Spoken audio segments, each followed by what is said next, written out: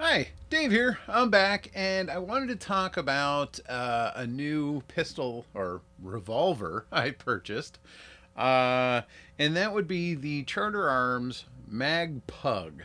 Uh, these are some of the few things that I actually like in the stainless steel look. I don't like too many of my firearms to have that look.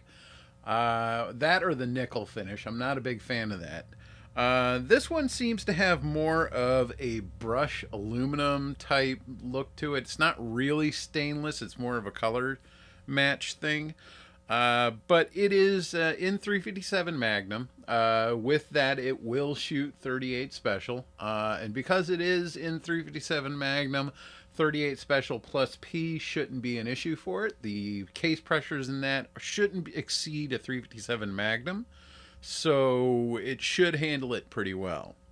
Now, this is a 5-shot revolver. It is empty. It is a 2-inch barrel. I believe actually a 2.25-inch barrel, and it is ported. It does come with frame sight. Oop, there you go. Can you see it? Frame sight with the front mount. They are not changeable. It is double action and single action. And in typical double action, single action form, it is a good 6 to 6.5 pound pull on double action, and single action, your typical light 2 to 3 pound, almost rifle, long distance rifle pull uh, triggers. I mean, just ridiculously light. It does come standard with the rubberized grip. However, I have seen that Charter Arms sells a wooden grip and also a plastic grip. I do like the battle grip style where it has the finger grooves for it. My Ruger SP 101 came with the Dum Dum, or the small grip, and wasn't a big fan of that. Right before I got rid of that, I actually had put on the battle grips, and I really really liked that. Now the wood grips that I've seen are the battle grip style that are like this, only they're a little bit more thicker, and I'm interested in getting those. It gives a little more palm swell.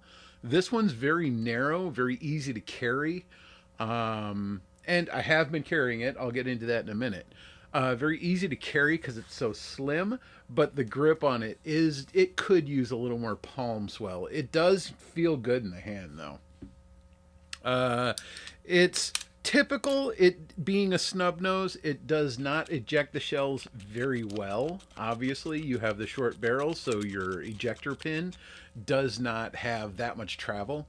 So you will have that case where when you hit it, you will have to hit it good and hard to knock them out.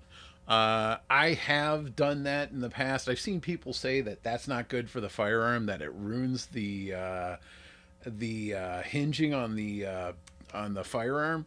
But I'm gonna tell you, if the jarring of setting off a 357 Magnum in this doesn't ruin the hinging, the meat of your hand doing that isn't going to do it either. However, I've seen people flip them out and flip them back. That will cause damage because if it's not 100% in battery or 100% ready to go in, you can smack it against the frame and cause damage to the frame. I don't think it'll stop it from functioning, but you can cause some damage. Um, Getting back into the firearm, into the important stuff, we'll say it is probably, I'd say a good 30 ounces. It's not a light by any stretch of the imagination. However, I have felt heavier, and this isn't bad per se. I would say it's somewhere between the GT 111, or yeah, GT PT 111, and the High Point. It's not near as heavy as a High Point, but it is definitely heavier than the PT 111. However, I have to say, I've been carrying this for a little bit, and it does carry a lot easier than the PT-111. The PT-111 has got a little more girth to it, and just something about these having just they're just real easy and slim against the body. They actually fit in there pretty good. It's not a huge firearm. It fits right in the hand, the whole thing. So you do have the concealability on these.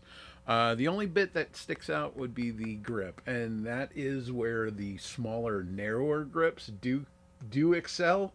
However, I would rather have this type or even the wood ones over the small ones. They just don't feel that good in the hand.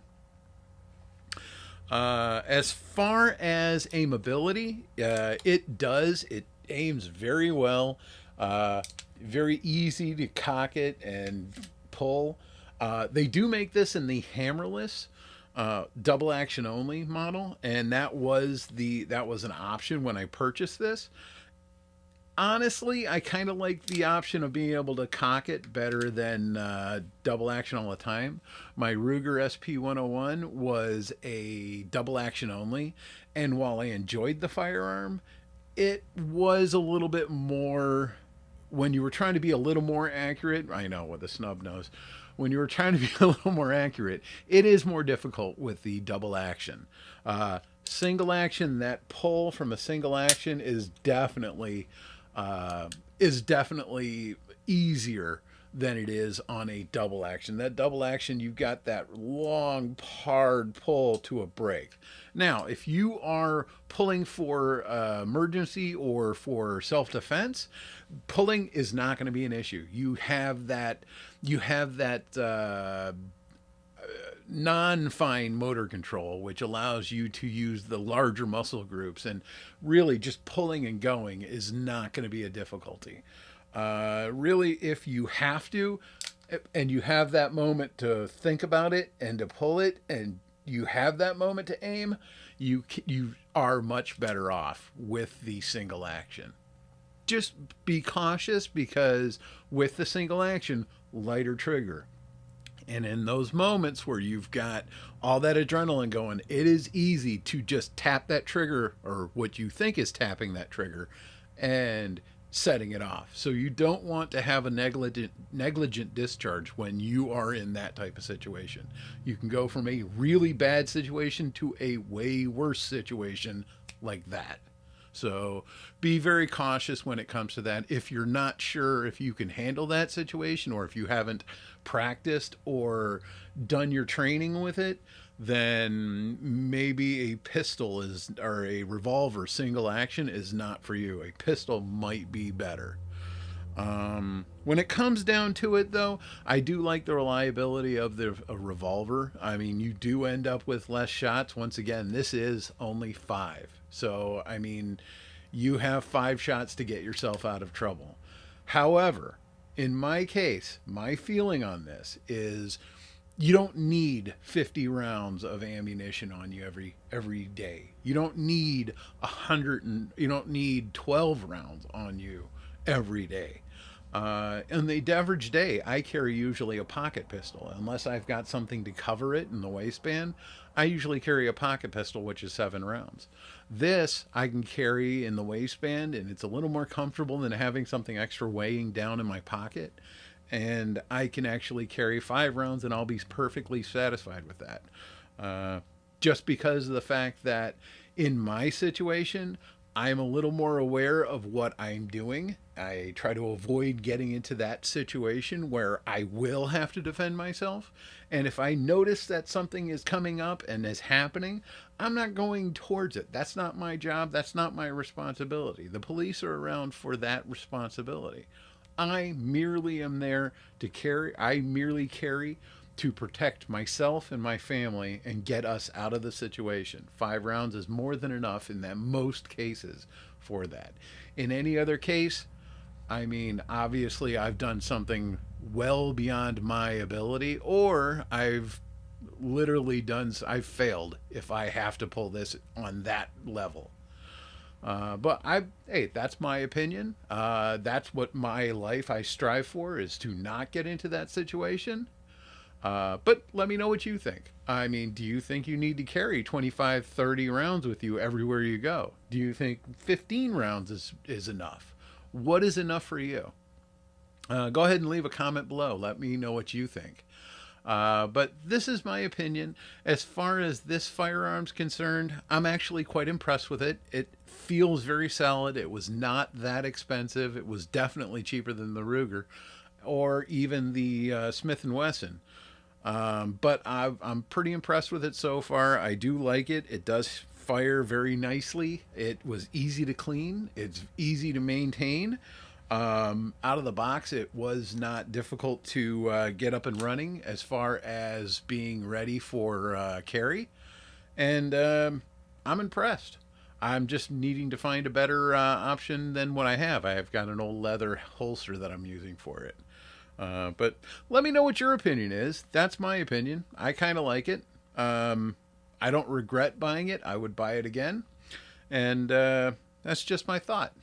Anyway, this is Dave, and we'll see you next time.